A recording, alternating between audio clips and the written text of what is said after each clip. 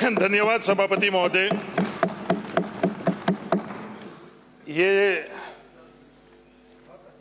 पानी, जल, जब इसके संदर्भ में बात करने के लिए मुझे अवसर दिया तो मेरे ज़हन में आया कि मैं किससे बात करूं, किस आधार पर बात करूं। सभापति महोदय, हमारी पीढ़ियों का, पूर्वजों का दर्द है इस पानी के से जुड़ा हुआ। अगर उसको एहसास हम लोग करें तो इससे बड़ा दर्द और तकलीफ हम लोगों के लिए और कुछ भी नहीं है जो पानी के संदर्भ में हम लोगों को है, विशेषकर धार में रहने वाले हम लोगों के लिए। पानी के संदर्भ में इतिहास भी बहुत बोला गया। इस संदर्भ में घोषणाएं, नियम, दोषारोपण, प्रक्रिया, श्रेय, आयोजन, सर्वे, डीपीआर, मेरी सरकार, उसकी सरकार, ये तमाम बातें हम लोगों का। पर अंत में इस पेयजल के संदर्भ में हम लोगों के लिए लक्ष्य क्या रहना चाहिए?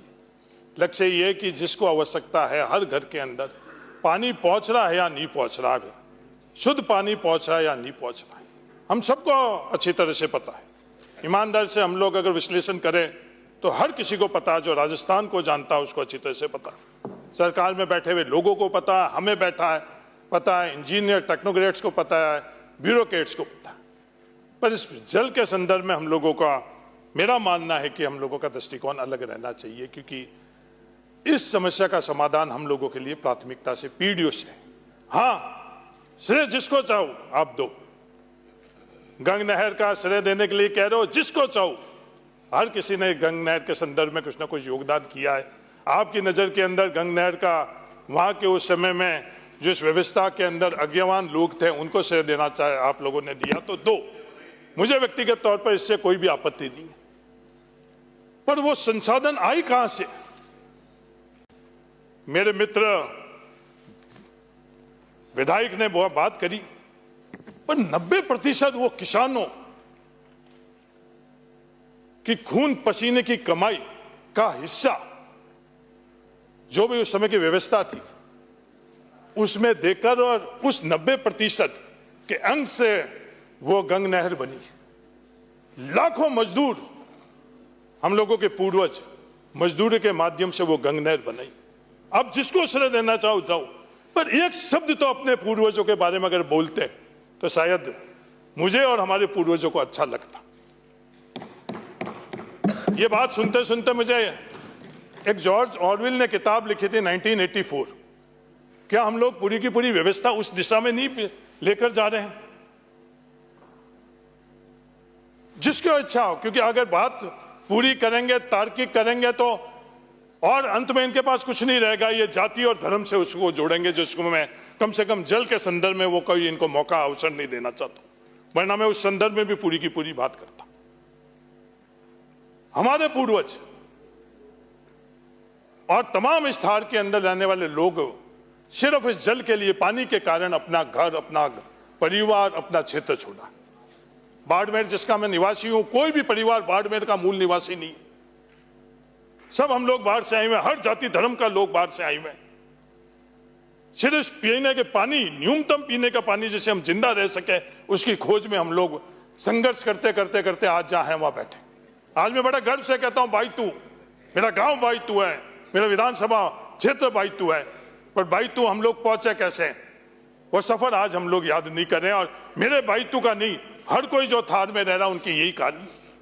हम प्यास मरते हुए, हमारे पूर्वज प्यास मरते हुए न्यूनतम जिंदा रहने के लिए इस थार को छोड़कर और मध्य प्रदेश के उस मालवा इलाके के अंदर गई, कुछ पाने के लिए नहीं। आज मैं राजनीतिक तौर पर गया हूं तो उस मायने से नहीं, कोई नौकरी के लिए, व्यापार के लिए नहीं, अपने आप को जिंदा कैसे रख पाए, उस प्यास को मिटाने के लिए मालवा जाते थे और अपने साथ साथ उस पशुधन को भी लेकर जाते थे। क्या आज इस पीढ़ी के अंदर हम लोगों के पास जो सब कुछ पहले से बेहतर हुआ है, हम उस लक्ष्य को प्राप्त करने के लिए वहां तक आगे बढ़ रहे हैं या नहीं बढ़ रहे?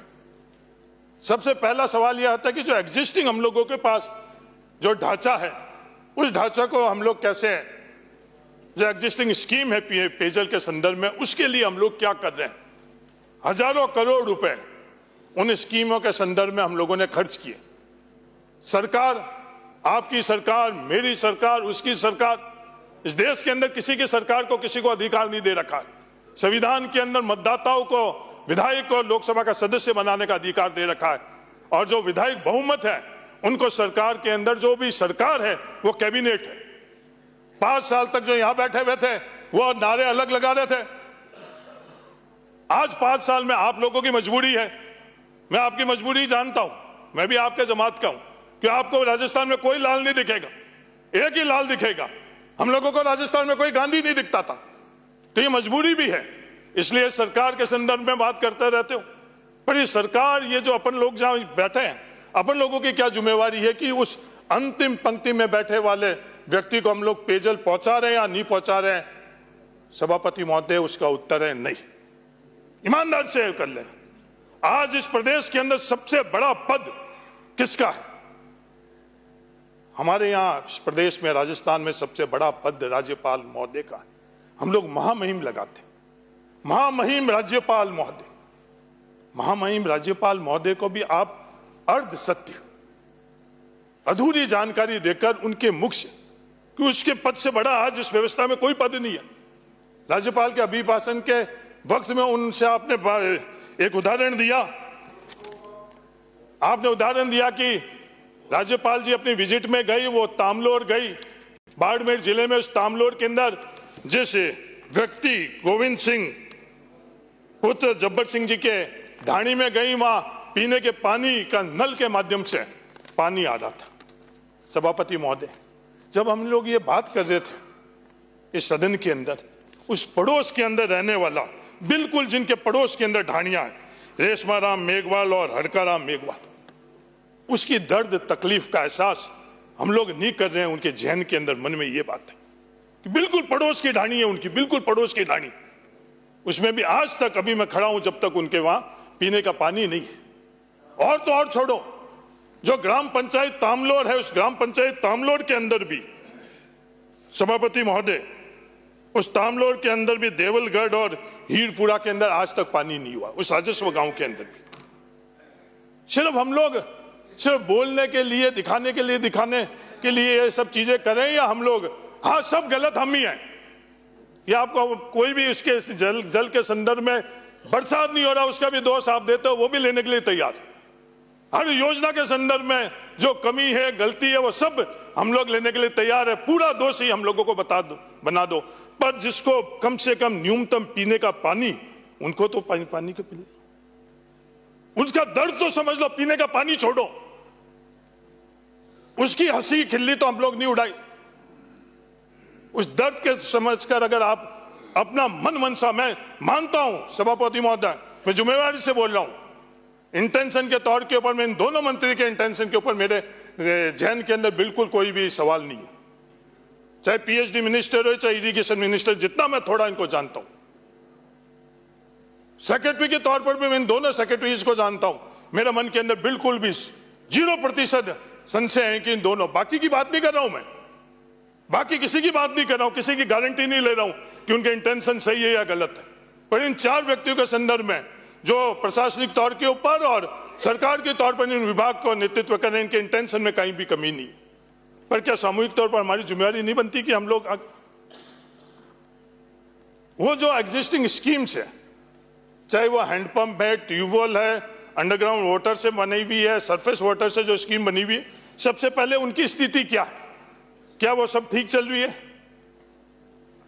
अगर अपन आकलन करें कि वो सब ठीक नहीं चल रही, तो हमारी सबसे पहले जिम्मेवारी कि जो एग्जिस्टिंग स्कीम है उसको हम लोग ठीक कैसे संचालन करें। हमारे पास संसाधन कम है, चाहे आर्थिक संसाधन है वो भी सीमित है, हमारे पास मानव संसाधन भी सीमित है। स्टाफ के संदर्भ के अंदर जो स्थिति है वो भी पता है कि पहले जो पीएचडी का स्टाफ था, इरिगेशन के स्टाफ थी, उसमें बहुत बड़ी कटौती हो गई और उसका 100% दोष हमें दे दो, पर उसमें सुधार हमको करना चाहिए या नहीं करना चाहिए, इस सवाल का उत्तर तो हमको ढूंढना पड़ेगा, और तो कोई नहीं ढूंढेगा। इस लोकतंत्र में वो जिम्मेवारी हम लोगों के क्या, हम लोगों की, इस सदन की जिम्मेवारी के उसका उत्तर ढूंढे। उसमें संसाधन की कमी नहीं आनी चाहिए, उसमें रिपेयर मेंटेनेंस अगर करानी हो तो रिपेयर मेंटेनेंस कराई, अगर कोई बिल्कुल भी वो स्कीम ठीक नहीं हो उसको रिप्लेस कराकर पाइपलाइन हो या सोर्स को कराई ना, उसको हम लोगों को प्राथमिकता से देखनी चाहिए। उसके बाद में जो सबसे ज्यादा चर्चा देश दुनिया और इस सदन में हो रही है जेजेएम स्कीम, वो जेजेएम स्कीम के बारे में सब श्रेय आपको, मुबारकबाद आपको। पहले बनाने वाले जो स्कीम के समय मंत्री जी थे, मेरे छात्र जीवन में बाबू सिंह जी को पता है, आमने सामने हमने चुनाव लड़ा, उनको मुबारकबाद। अभी जो मंत्री है वो जब मैं एमपी रहता था 5 साल बिल्कुल बगल में नॉर्थ एवेन्यू में रहते हैं, उनको मुबारकबाद। जिसको देना मुबारकबाद दे दो, और कमियां है वो सब हमको दे दो। पर उस जेजेएम स्कीम है, इसको समझने की आवश्यकता है। जो जेजेएम स्कीम बनी, कोई भी स्कीम, कोई भी रणनीति 100% सही नहीं रह सकती, ये भी हमको मानना पड़ेगा। जेजेएम स्कीम को जितना अपन ने समझ के जो पहला कदम अपन ने उठाया सर्वे के संदर्भ में, आज सबसे बड़ी त्रुटि उस सर्वे में ही है। ये अपन लोगों को आप 2 साल ऊपर दे दो, भ्रष्ट है तो 15 महीने में आप लोगों ने क्या किया? इस डिबेट में नहीं जाओ। जो भ्रष्टाचार का जिनको सर्टिफिकेट मिला हुआ है वो आप लोगों के पास में बैठे हैं, उन्हीं पोजीशंस में बैठे हैं, वही ठेकेदार है, वो सब चीजें अलग है। क्योंकि सबसे बड़ी चुनौती क्या है सभापति महोदय? हमारी सबसे बड़ी दुश्मन है L1। जो L1 के आधार के ऊपर आपको टेंडर उसी को देना पड़ेगा। या तो इस प्रक्रिया के संदर्भ में अपन चर्चा करें कि जो हमारी सबसे बड़ी दुश्मन L1 है, इससे निजात कैसे पाए। वो उसके अंदर बिल्डिंग के अंदर कम भी आ जाता है, सबको पता है, उसके अंदर ही उसको काम करना पड़ता है। इसके संदर्भ में हम लोग चर्चा नहीं करेंगे। कम से कम पेयजल के संदर्भ में ये L1 का जो भी हम लोगों की समस्या, इसके बारे में हम लोगों को समझना चाहिए। और हो सकता है ये ताकत हमारे पास है लोकतंत्र व्यवस्था में। कोरोना के वक्त में जो ताकत हम लोगों के पास थी लोकतंत्र में, उसका इस्तेमाल कर हम लोगों ने परचेज भी की, फैसले भी की। वो ताकत और अनकॉन्स्टिट्यूशनल ताकत नहीं थी। तो ये जो L1 के संदर्भ में मेरा निवेदन है कि इसको भी आप लोग देखो। अब ये सवाल है कि जब सर्वे में कमियां रह गई तो सर्वे को हम सुधार कैसे करें? जो सर्वे और नीचे धरातल के अंदर बहुत बड़ा गैप है, उसको हम लोग मिटे कैसे? डेविएशन के संदर्भ में विभाग पहले ही फैसला ले चुका है, विभाग के आप मंत्री हो मंत्री जी, ये जो भ्रम भ्रांति फैला रहे हैं कि आप 15 महीने के मंत्री है, ये ओनरशिप लो आप। और पीडीओ में आगे भी आपको मंत्री के तौर पर ही याद रखेंगे, ये ओनरशिप लो। क्योंकि ये भ्रांति फैलाई जाती है कि सब छोड़ो, पहले वाले की जिम्मेवारी नहीं लो, हर उत्तर के अंदर हर बात में। तो जो डेविएशन का प्रावधान है, उस डेविएशन के प्रावधान से हम लोग जो सर्वे में त्रुटियां है, कमी है, उसको हम लोग दूर कैसे करें? दूसरा ये कि जो पंपिंग स्टेशन, क्योंकि पहले हम लोगों ने जो इकाई मानी थी वो राजस्व गांव को इकाई मानी। 2011 के जनगणना के आधार पर राजस्व गांव को बनाया। राजस्व गांव बहुत बड़े थे, एक ग्राम पंचायत, सभापति महोदय, एक ग्राम पंचायत भी 80 किलोमीटर की थी। तो उसके संदर्भ में भी मेरा निवेदन है कि वो डेविएशन के बाद में जो ये पंपिंग स्टेशन एडिशनल कहीं करने, दूसरी गुणवत्ता के संदर्भ में भी। गाय के संदर्भ में हम लोग बहुत बोलते हैं, जय गौ माता, पालना छोड़ दिया है, पर पूजन और नारों के अंदर तो हम लोगों ने गायों को छोड़ा नहीं। पर सभापति महोदय, जो प्रावधान था 40 लीटर इस रेगिस्तानी इलाके के अंदर इंसान के लिए और 30 लीटर पशुधन के लिए, मैं 200 ऊपर नहीं है, क्योंकि सच्चाई के अंदर आएंगे तो और आपको तेरी मेरी लगेगी। किसने भी किया इस रेगिस्तानी इलाके के अंदर, वो प्रावधान हमने, केंद्र सरकार ने वो प्रावधान में तब्दीली कर अब सिर्फ 55 लीटर कर दिया।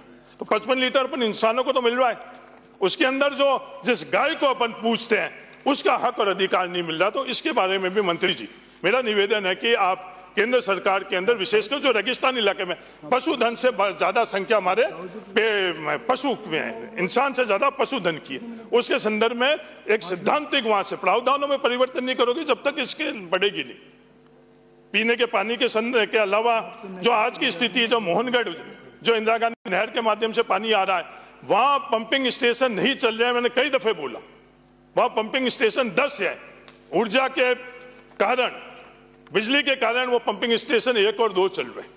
जो भी व्यवस्था कर रखी है सभापति महोदय, शहर के लिए अलग, गांव के लिए अलग व्यवस्था, क्या ये सही है? अगर सही है तो हम लोग सर्वसम्मति से इसकी स्वीकार्यता कर दें कि जयपुर में मैं रह रहा हूं, बाड़मेर में मैं रह रहा हूं, जोधपुर में मैं रह रहा हूं, पीने के पानी के लिए हमारे कोई भी हक और अधिकारों में कटौती नहीं। अगर मैं ढाणी में रह रहा हूं तो सभापति महोदय 3-3, 4-4 महीने से हम लोगों को पानी नहीं मिला।